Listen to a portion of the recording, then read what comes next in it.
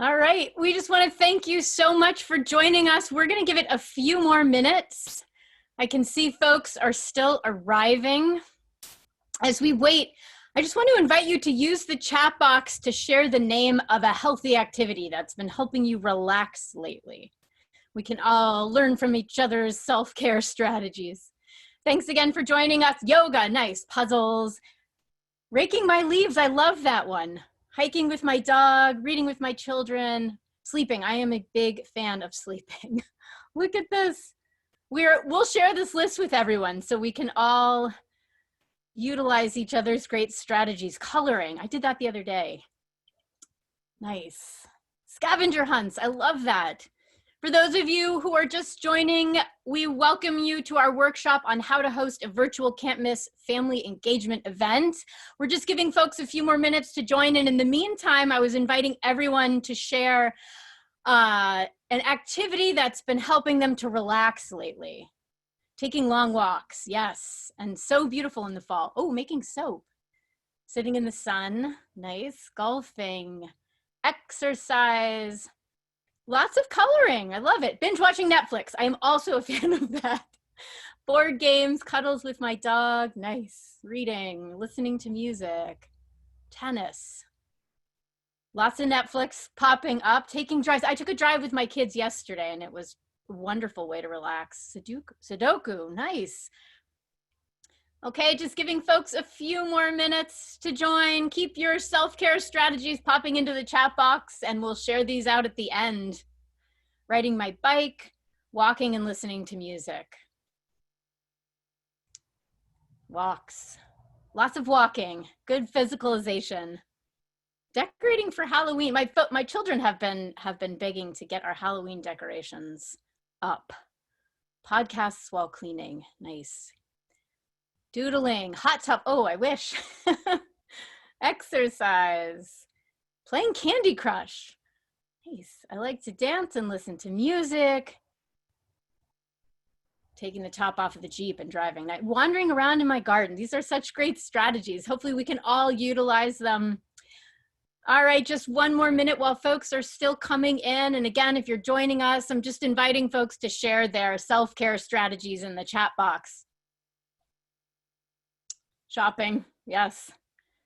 More Netflix, excellent. Walking and exercising, these are great. Listening to music. Feel free to put in songs that are helping to lift you up these days too. Thrifting, dinner dates, playing with dogs. Yes, our dog has been getting a lot of love lately. Coffee, painting, crafting. These are so great, and thank you guys so much for sharing. All right, we're just gonna give it one more minute. It looks like we've got a wonderful crew assembling. Again, thank you so much for joining. Journaling, yes. Getting a pedicure. Oh, my children have been giving me pedicures. They don't always work out so well, but pottery, really nice. Thank you so much. Virtual game nights, what a great way to also connect with other people. Playing cards with teens. Awesome. All right, I think we are ready to jump in. Thank you so much for joining us. We are really excited to dive into this topic, how to host a virtual can't miss family workshop. So we'll be together for an hour, and in that time, we will share 3 virtual engagement techniques you will immediately be able to apply with your families. As we go along, we're also going to introduce marketing strategies you can use to get families to attend your workshops. And we'll share insights from the field of family engagement on what parents want to learn more about right now. So we are not only going to tell you about these engagement strategies, but we will also demonstrate them.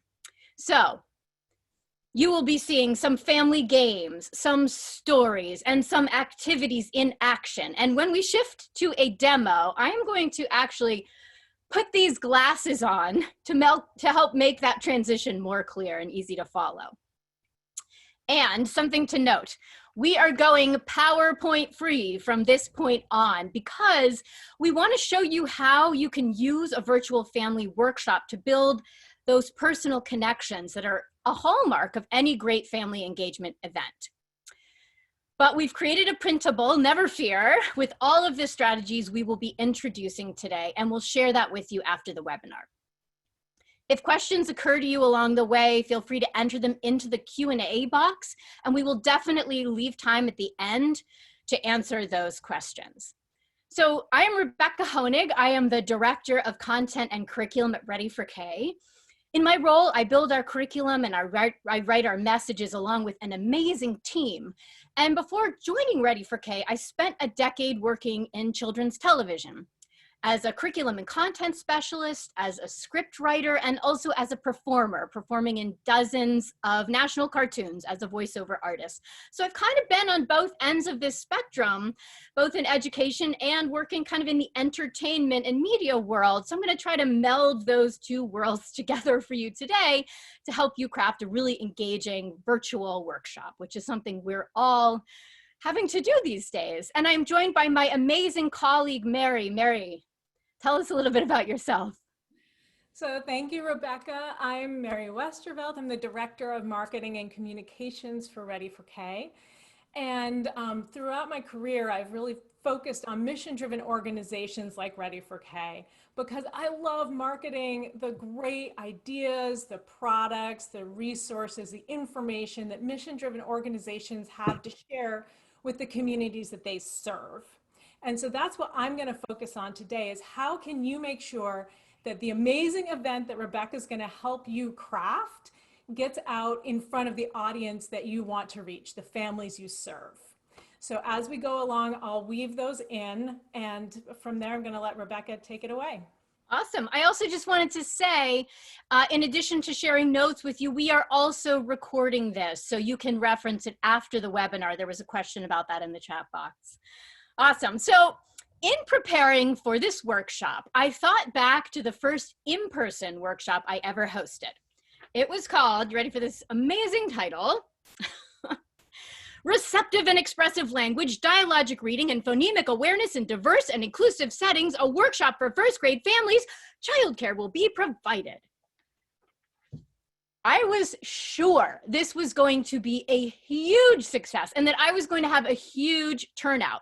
When the school custodian asked me how many chairs I'd need in the room, I made my best calculations. There were roughly 150 parents and caregivers in the grade. Like, let's say one or two already had plans. 148 chairs, I told him. I made charts and graphs galore. I applied my attendance calculations to the food, and I ordered 12 party-sized pizzas to be delivered at the start of the workshop.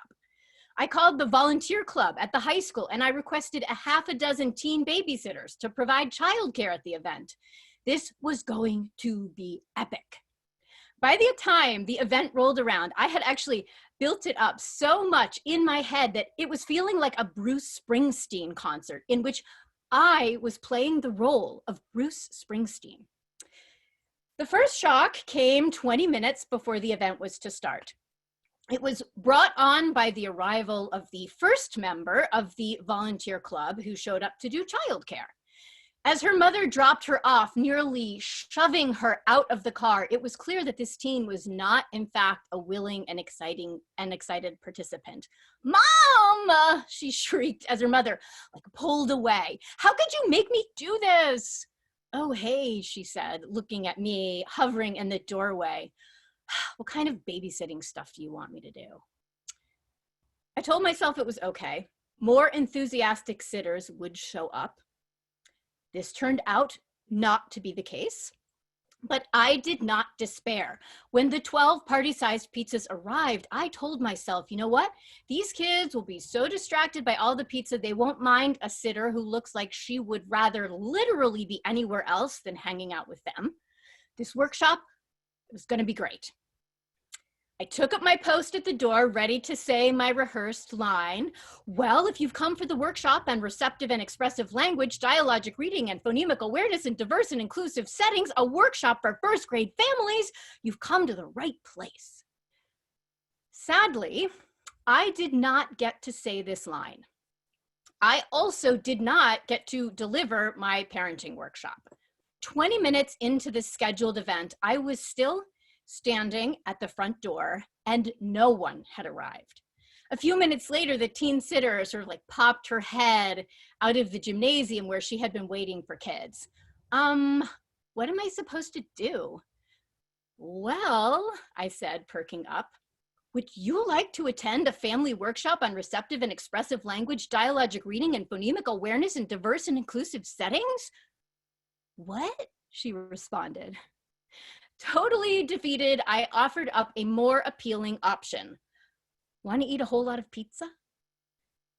And so we sat together, mostly in silence, me lamenting the fact that I had totally failed to create a workshop that families had any interest in attending.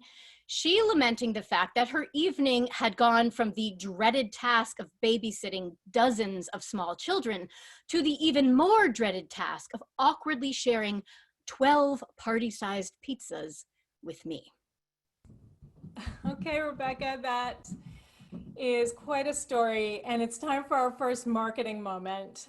This is one of the classic rookie mistakes, focusing on what you're going to be talking about. That's something that a lot of people tend to think about when they're promoting an event. What am I going to be sharing with families? The title is a perfect example. It made a lot of sense. You were telling people what you wanted them to learn. You spent a lot of time thinking about that amazing content that you were going to provide. You wanted them to learn about specific language skills because it's your job. It's what you, as the educator, are thinking about. And you're sure your parents are going to be thrilled to know the amazing stuff that you know. But the problem is that parents come to a workshop because they need to solve a specific problem in their lives. So you need to think about why. Why do parents need to know the content you're going to be providing? So just as an example in my own work, when I write some copy or promotional material for the Ready for K digital family engagement program, I think about the challenges that educators are facing every day, especially right now, like reaching every family when we can't be in person, like motivating at-home learning without overwhelming families, and like making at-home learning a little bit easier, to just simplify it. So those are problems that educators are struggling with, and they're problems that we can help with. Those are the reasons why Ready for K partners join us. So in this case, let's talk about why do parents need to know about language skills? Not from the educator's perspective, from the parent's perspective. Think about the challenges that they're facing. Think about the things that would be easier if they had the skills they're going to learn in your workshop. And it can be any challenge because educators know how to work lessons into the context. So to help the people who've joined us today, I went through our most recent survey and I pulled out a few topics that parents have told us they're looking for help with. And then I turned them into titles. These are, just examples, and you're probably going to come up with even better titles because you know your community. So for example, we hear all the time that parents feel like they just don't know enough to take on the role of being an educator. That feels so big. So how about 3 easy steps to at-home learning? That's something that you know that you can provide families, and it's something that they need. We also hear from families that they're feeling overwhelmed, like there's just so much going on. They're inundated with information. They're not sure where to start. So how about simplifying your at-home learning experience? That's a workshop that you can fill with great content, and you're focusing on what parents need. We're also hearing that the environment is very chaotic and kids are like running around, they're trying to get work done, they've got tons of different responsibilities, and creating order in the chaos is a big challenge. So, this one is just kind of playful. How about tier-free at-home learning for grown-ups and kids? And then finally, a fourth thing that we've learned through our surveying is that families are feeling really isolated. School is a place of community. It's a community for parents and for their children. And so they really need to feel like they're part of your community and that they're connected. So how about just something really fun? How about let's party, a night of fun for grown-ups and kids? So as I said, every community is a little different, and your community, the language they use, the things that inspire them better than anybody. So think about, what do your parents need? What problem are you going to solve? How are you going to make their lives easier through this content that you're going to provide? You're going to layer in the what, because as an educator, you know how to turn fun experiences into teachable moments. So when you're naming your event, you're going to focus on the parents' why. Back to you, Rebecca. All right. So let's say I have followed Mary's advice, which I should have done all those years ago. And I chose a great topic. Now I need to craft a great experience for families.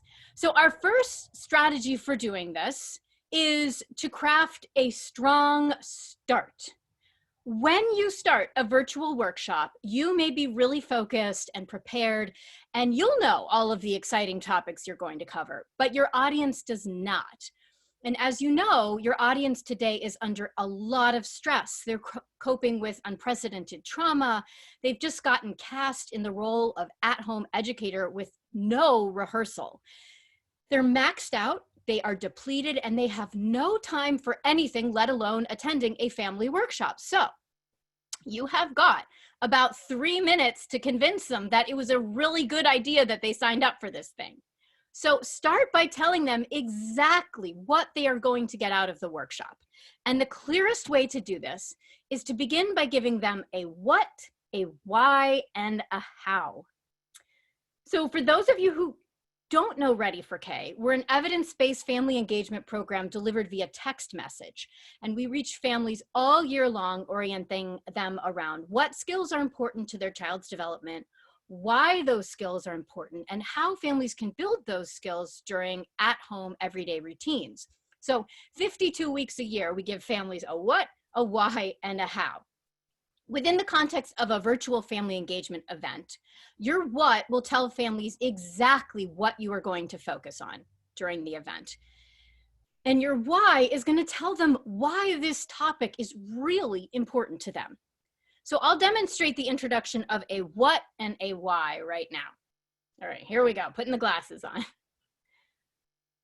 Hello, families. Today, we are going to explore 5 fun ways to turn everyday at-home routines into learning moments.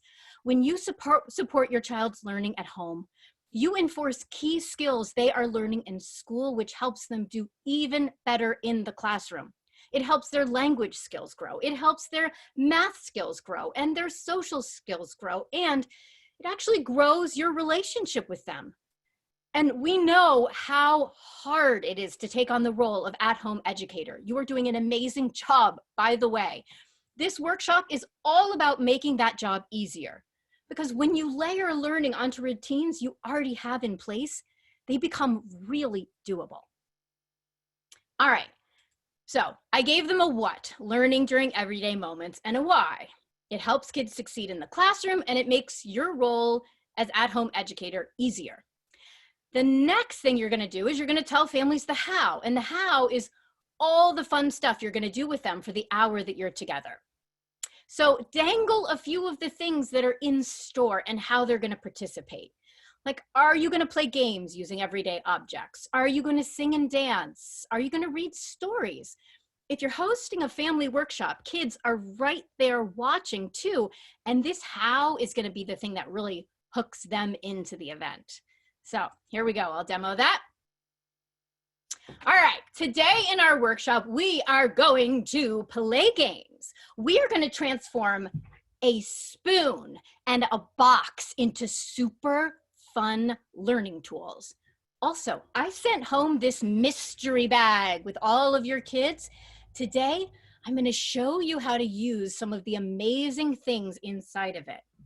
And you are going to see a show in which the child sitting next to you is the star. Kids, you know what I'm talking about, right? Don't tell your parents. Don't tell your parents. We'll keep it a surprise. All right. Now that how is the perfect setup for the next thing you're going to do to ensure a strong start to your virtual family engagement event. And that is an icebreaker. Okay, you're going to choose your icebreaker based on how you want families to participate. If you mostly want families to sit back and listen, you might tell a story. If you want families to actively join in, you might ask them to jump up and get physical with a game or answer a question in the chat box. An icebreaker is like scaffolding. You're helping families to get comfortable and you're giving them permission to join in. So at Ready for K, we carefully sequence our messages so we're scaffolding the learning.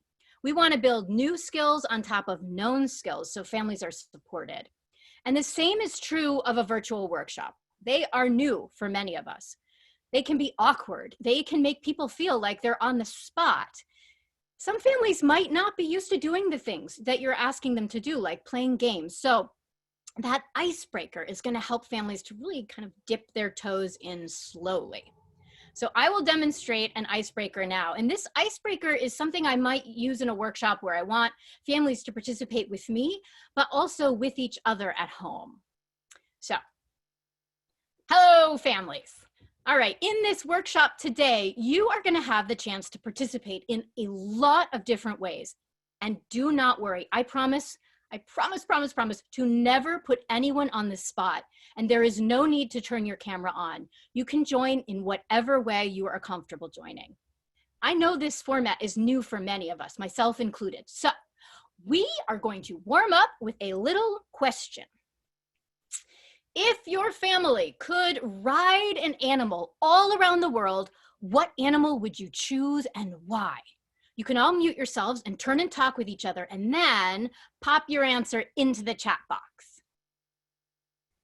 All right, so a question like this gets families comfortable with the chat box. And of course, this would be the moment to show them how to use the chat box if they don't already know how. It also gets them talking to each other, which is another great way to break the ice and set the tone.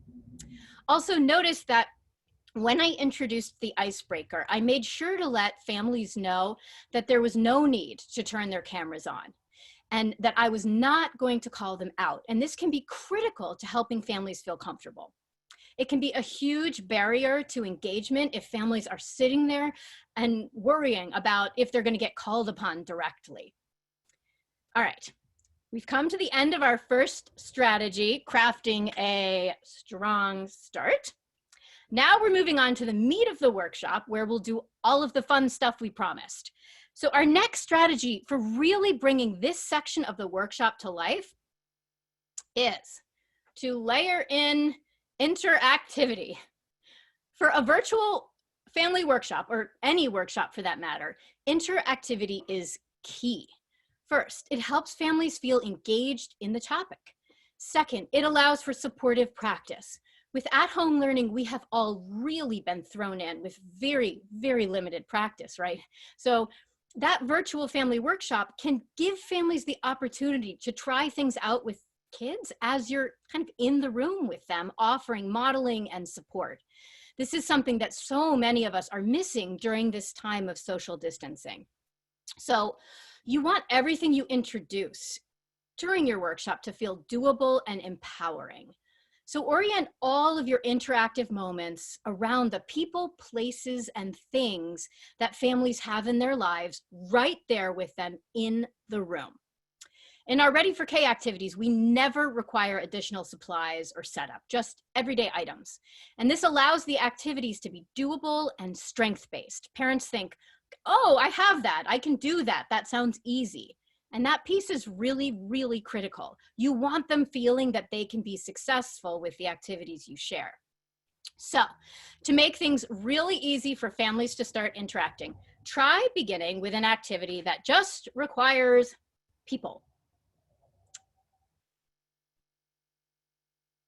So we're gonna model that right now. And I just wanna say, when you start with an activity, it can be great to start with an activity that captures an overarching concept, something that's going to help parents across the board with whatever learning they're supporting at home, like an activity that's going to help kids focus and pay attention. And I will model an activity like that right now. All right, here we go, putting on the glasses. Okay, families, we're going to start with a game. Parents and caregivers, this game is a game that we play every day in the start of school. And it's a game we do in the morning because it helps kids focus and listen and pay attention, which, as you know, is something they really have to do when they're in school. It also gets kids ready to follow direction. Kids, I know you're out there. You know this game. It's going to be very familiar to you. So help your grown-ups learn how to play it, okay? All right, you can sit for this game or you can stand up. It is called If You Can Hear Me. All right, you ready? Get your listening ears on. If you can hear me, put your finger on your forehead.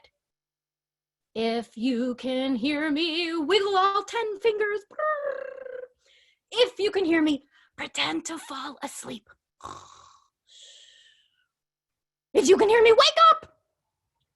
All right, parents, feel free to type into the chat box, and caregivers and all grown-ups who are in the house, what are some other things I should ask you to do if you can hear me?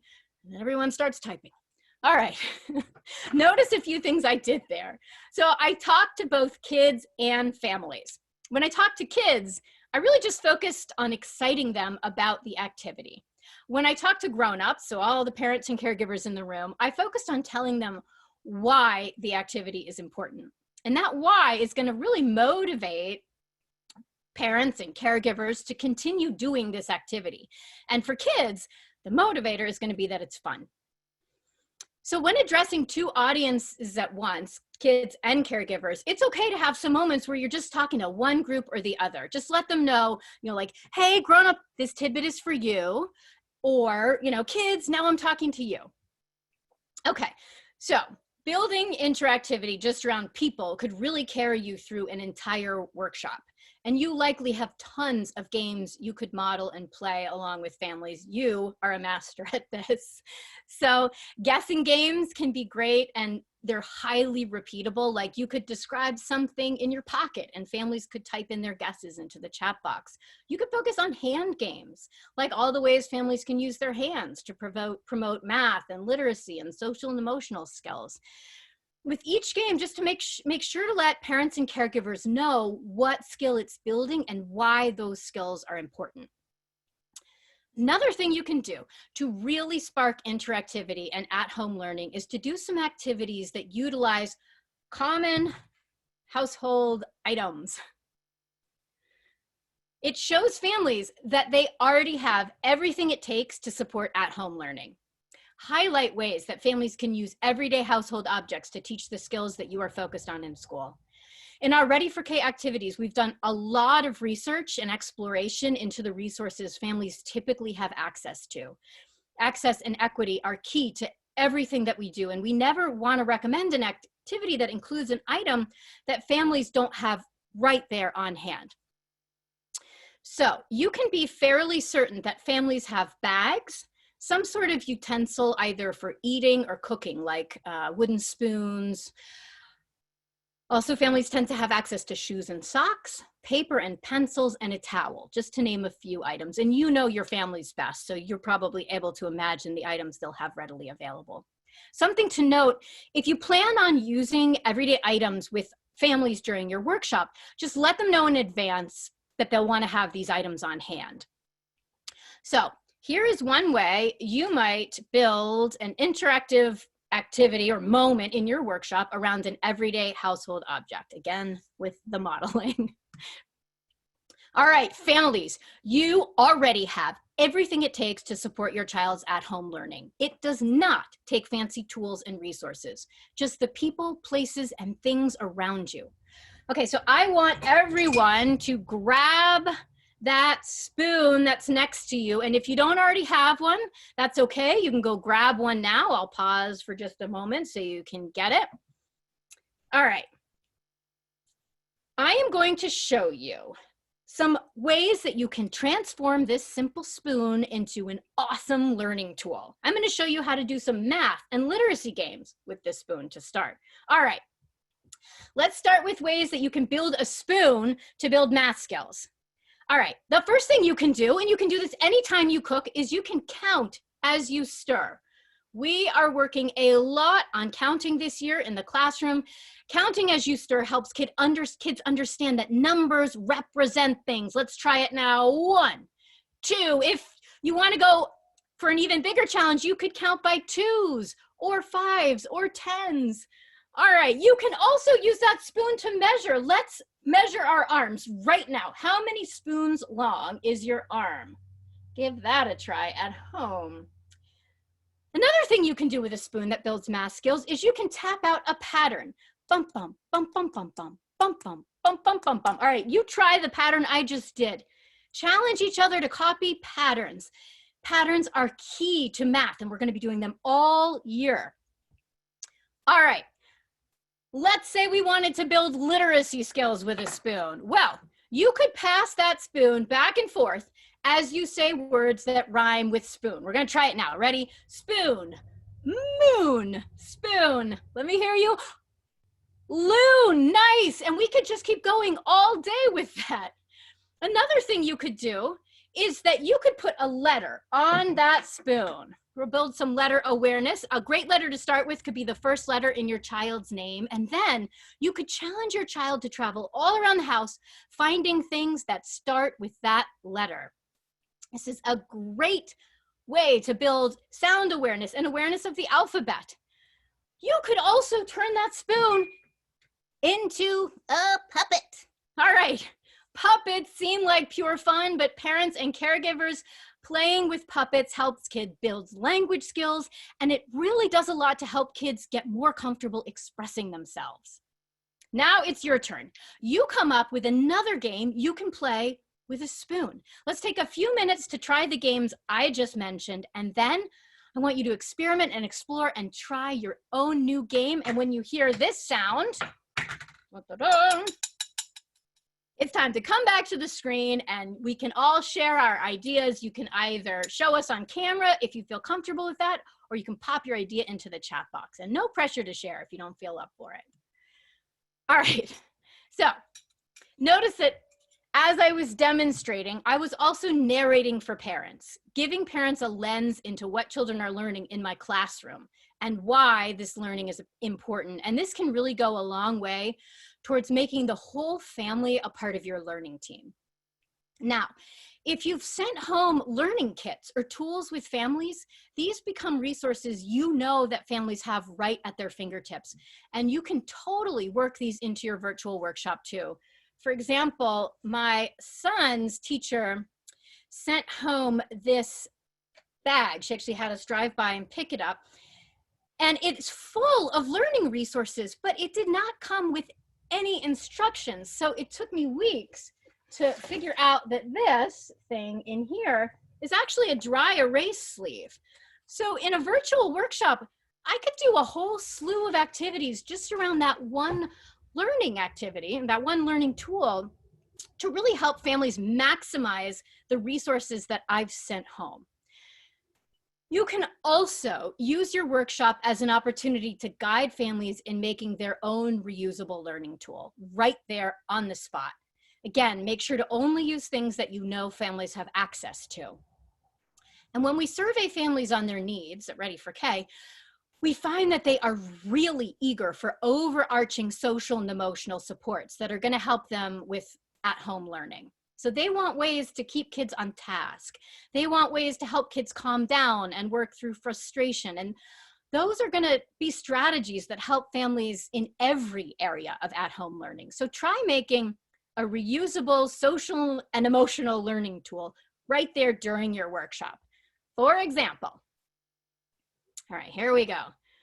Okay, families, we are now going to make a tool that you can use with every subject and every learning activity all year long. You ready? Okay, this tool is going to help kids work through frustration. It's going to help them calm down if they start to feel overwhelmed. We all know how hard that feeling can be.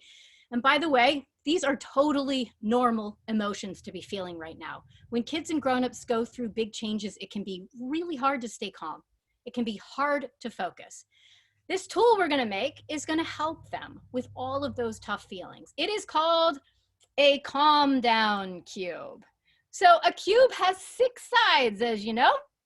And on each side, we're going to write a strategy that helps us calm down when we get overwhelmed or we feel frustrated. For example, Let me show you here. In the classroom, what do we do, kids? We take mountain climber breaths when we feel frustrated. Look how this works. So we hold our hands up, we spread our fingers out, we breathe in as we move our finger up, and out as we move it down, up,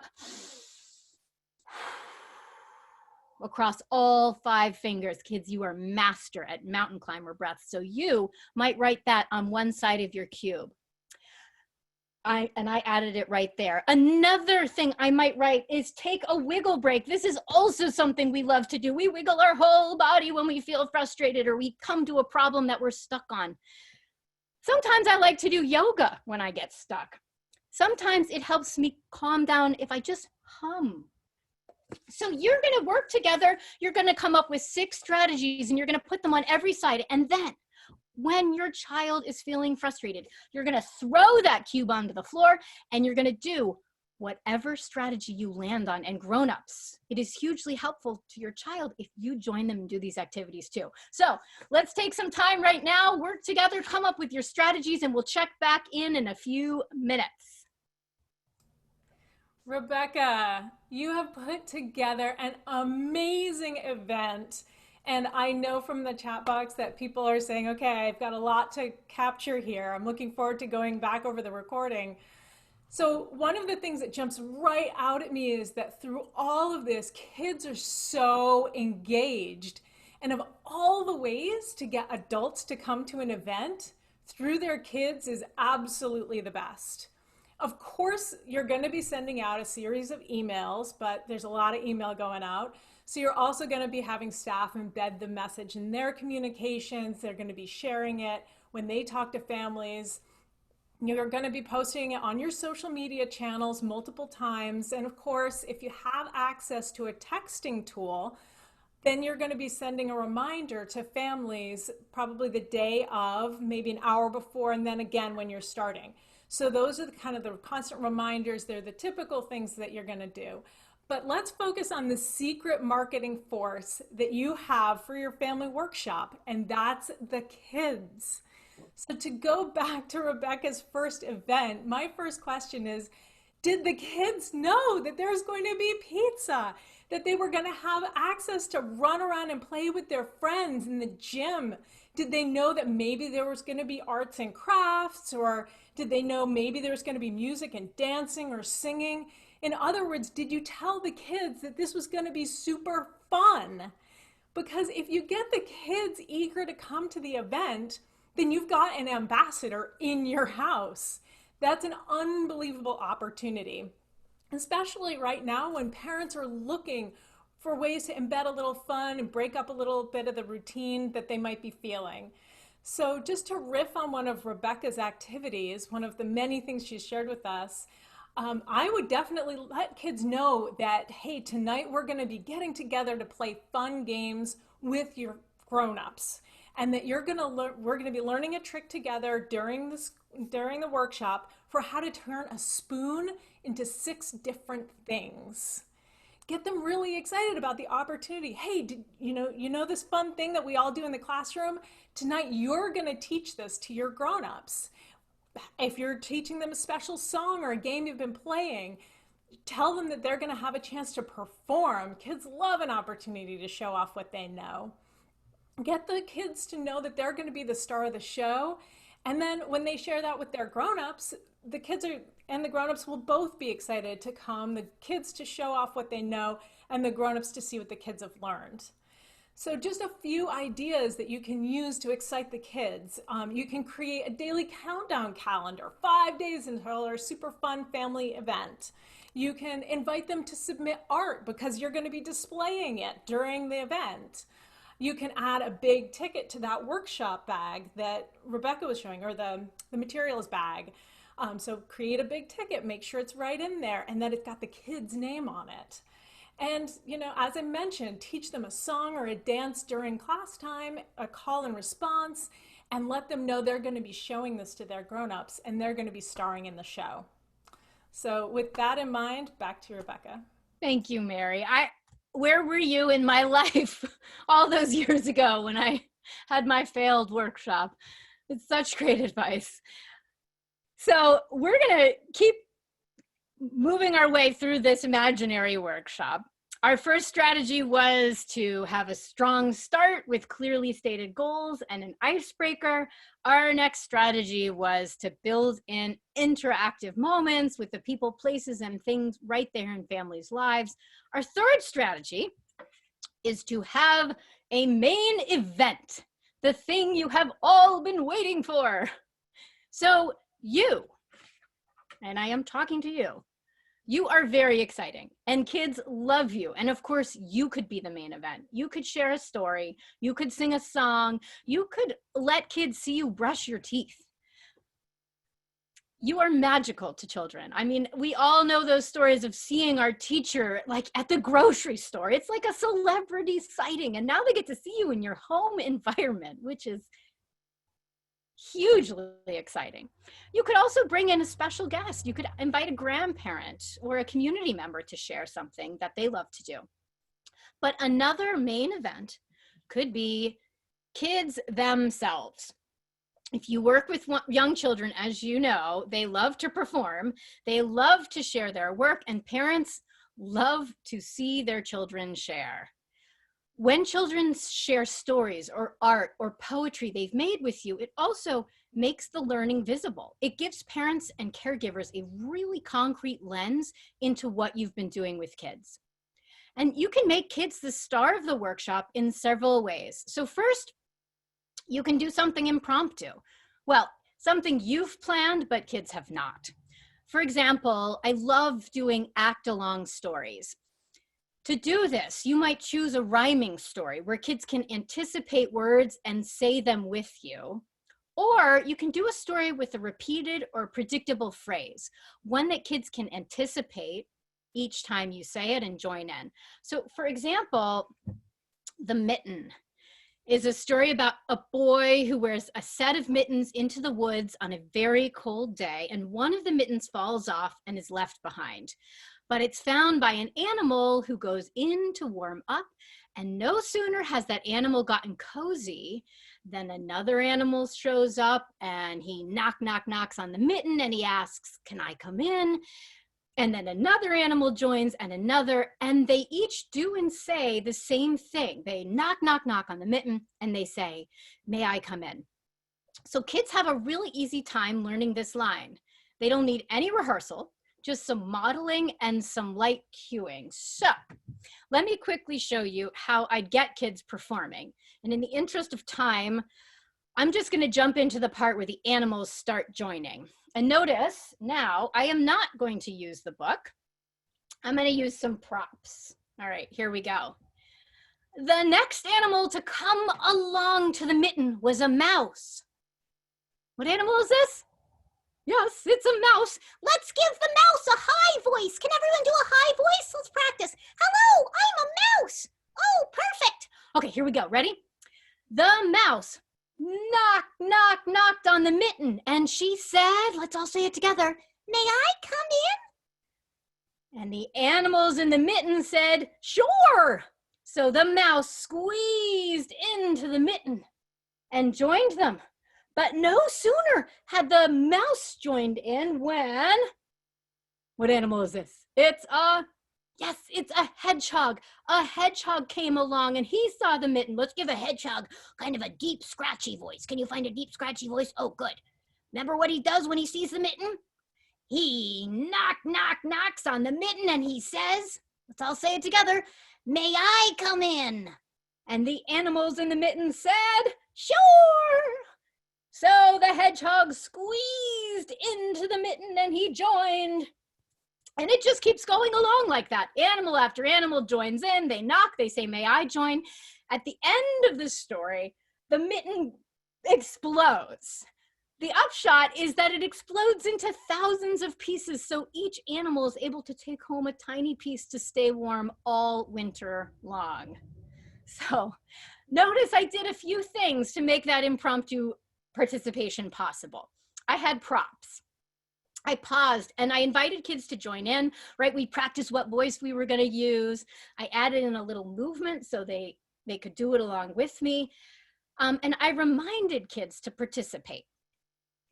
Now, The other way that you can make kids the star of your workshop is more planned. Gather stories that they've written. Make a PowerPoint of their art. Invite them to share a poem. If you go this route, you just have to make sure that you get permission and you know if you can share their name along with their creation. Sharing kids' work is absolutely magical. It is such a wonderful celebration of learning. And a little celebration is something that we could all use right now. I'll leave you with a poem that a 6-year-old child recently shared with me. It's called Growing Up. I know that I am growing up because I am getting more helpful. The same thing happens to me over and over, but my feelings about it change.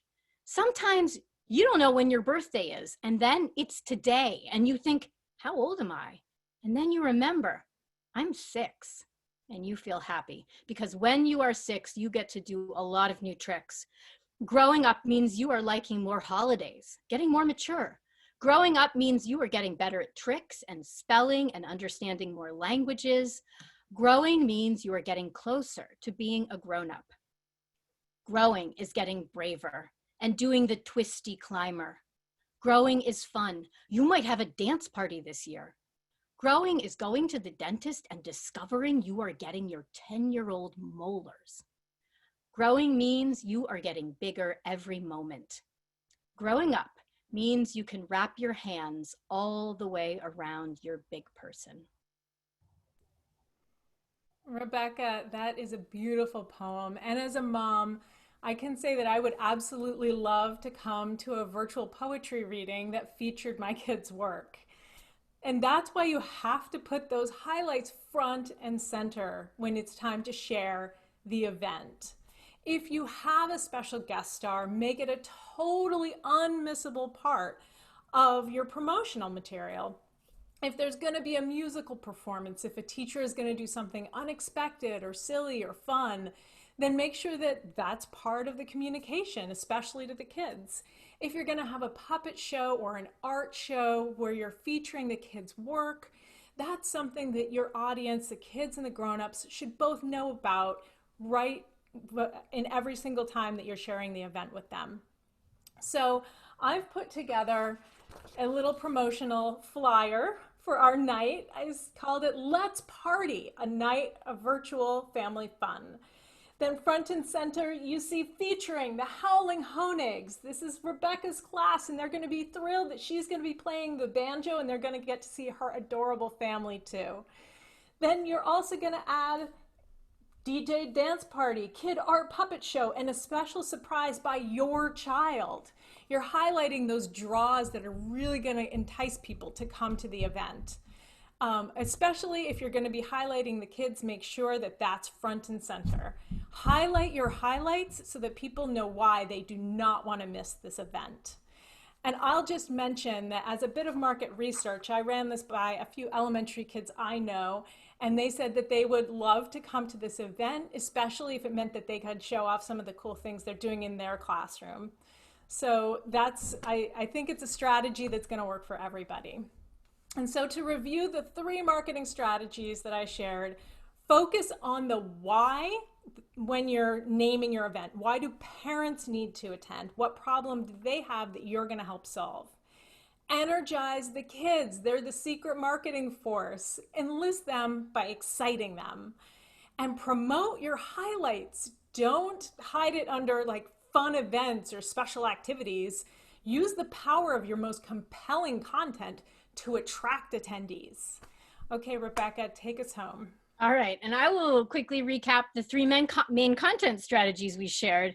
Again, we will give you a printout with all of this in writing. So first, craft a strong start to your virtual family engagement event. Give families a what, a why, and a how. What will you be covering? Why is it important? And how will you spend your time together? Then do an icebreaker to help everyone get comfortable. Next, layer in interactivity.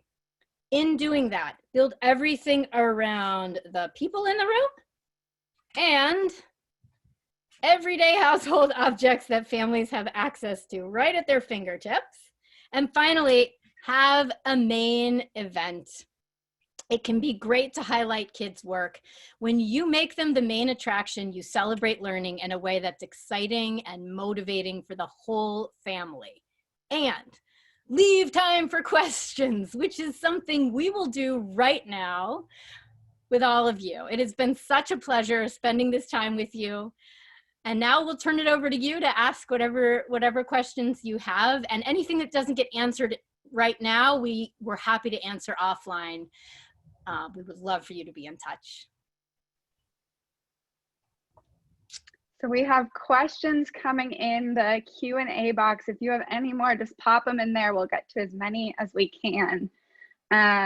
The first question I'm seeing is a question around access to a platform like Zoom. What to do if not all your families have, say, a computer or a phone with internet access to jump into a workshop like the one we saw today? Yeah, so we have been talking a lot about this. We're a text-based platform, which we have discovered through extensive research. 97% of families do have access to text messaging, so sending them clips via cell phone can be a great strategy. You can also, like send them a printout with photos you've taken and ideas for them to try. You could also invite them to call in. I think the key with that, just like you'd make adaptations in the classroom for kids with different learning styles, you would just want to be aware as you're presenting that you've got families who are just listening in. So just make sure that you're contextualizing everything verbally for those families who can't actually see you. Thank you, Rebecca. We've got a couple questions here about supporting families who speak languages other than English. Any thoughts you have on how to put on a workshop for multilingual families? Yeah, so I've actually gotten to participate in a lot of workshops recently. I recently did one for the New York City Department of Education. We had half of it was in English, and then we actually transferred over to Spanish only. So that's one thing you can do. You can kind of break it into, you can section it out.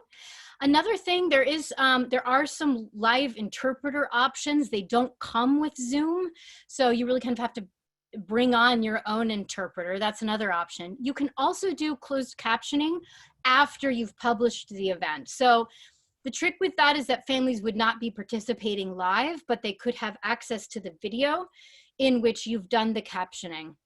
Maya, do you have additional thoughts from the sort of product and tech perspective, or is that pretty much everything out there?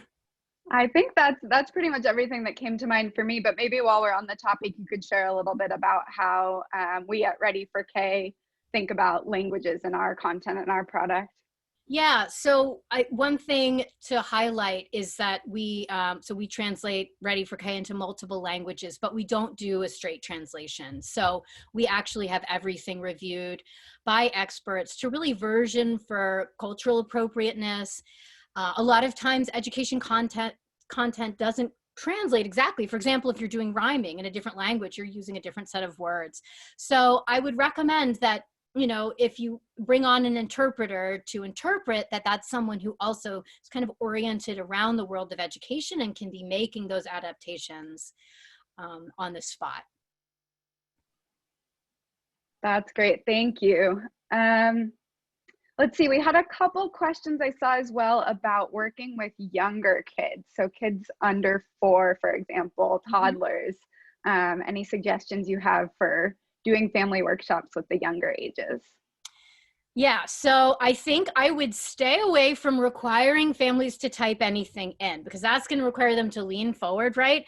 And as we know, little fingers love to find all the buttons on the computer. And so it's sort of a recipe for disaster. I would focus a lot. I would kind of treat it like a sing-along. That's one option. So where you're really the leader, but you're really inviting families to join in, to do everything with you. When you're asking families to contribute, I would just say, parents, ask your children, and then ask parents to share the answers. Ask them to kind of play the role of sort of the child interpreter or communicator, so that you can be getting input, but you aren't relying on the children for that input. And then I would still keep all the pieces in place, though, where you're really focusing on telling parents why these different things are important. I mean, it can be an even bigger mystery with young children, right? Like you're told to do something and you're like, wow, because your child can't communicate back with you, you're like, what is this doing for them? So really make that really explicit. I would work in lots of props. I have a great love of puppets. Let me just show you something here. So I love making puppets, and this is my very favorite puppet collection lately that I've made. They're made out of lima beans. And one thing I'll do in a workshop, especially with young children, is I'll keep getting interrupted by a puppet. So I'll be, now we're going to do a story. I want to read this story. I want to read the story. And that can be another great way to really capture a very young child, because you're including a lot of visual stimuli. Anyway, just a thought. That's great. Thank you so much, Rebecca. So we also have a few questions from people who are new to the program and Ready for K. Can you explain a little bit more about what Ready for K is and how it connects to today's workshop? Sure. So Ready for K is an evidence-based family engagement program delivered via text message. We actually have 3 versions of the program. We have core version of the program, which reaches families with information on why skills are important to their child's development and how they can build those skills at home through everyday learning moments, just like we modeled today. We have a trauma-informed version of the program that has an expanded curriculum really focused on supporting social and emotional well-being. It's aligned to the 5 protective factors, which help to buffer families against the effects of trauma, and also includes a community support stream that links to local resources in families' communities. And we have a personalized learning version of the program that sends families messages and information and activities specifically aligned to their child's unique developmental needs. No matter what program it is, on Monday we send a fact message with information on a skill and why it's important. On Wednesday, we send a tip with an activity that builds the skill of the week. And then on Friday, we send a growth message, which takes the skill a little further. And everything's written in 160 characters. It's available in multiple languages, and it's birth through 4th grade. So we really grow with children as they grow. And the alignment really with today is that our expertise is really engaging all families. Equity and access are key to our mission. We chose texting because it's nearly universally accessible. So we're really able to reach all families. And that's exactly what we want to have happen with a virtual family engagement workshop too. Thank you, Rebecca. So we are just a couple minutes left, but hopefully we have time for 1 or 2 more questions. I see a couple in here about involving teachers and staff, either in spreading the word about the workshop or participating in the workshop. Any thoughts you have to share on that question? Mary, you want to address the spreading the word with teachers?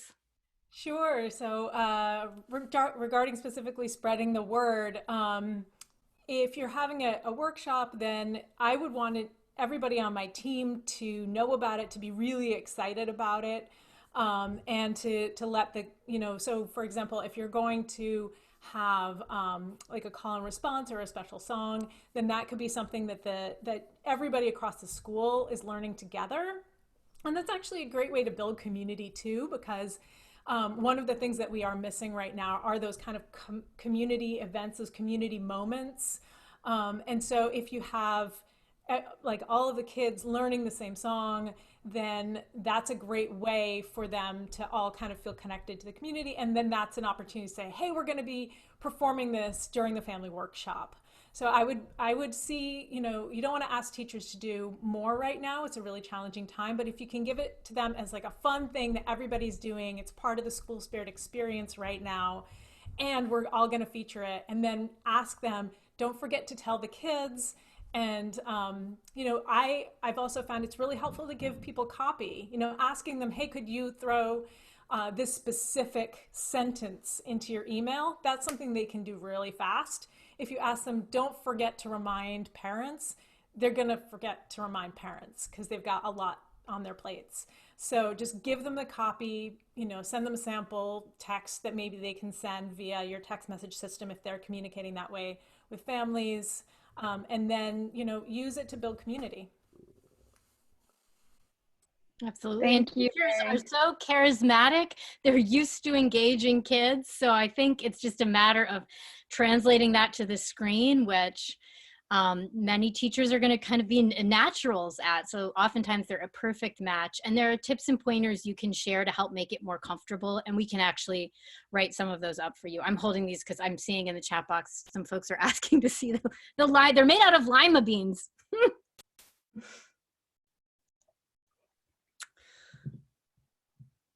So I think we are just about at time here, and I know you've all got busy days to get back to.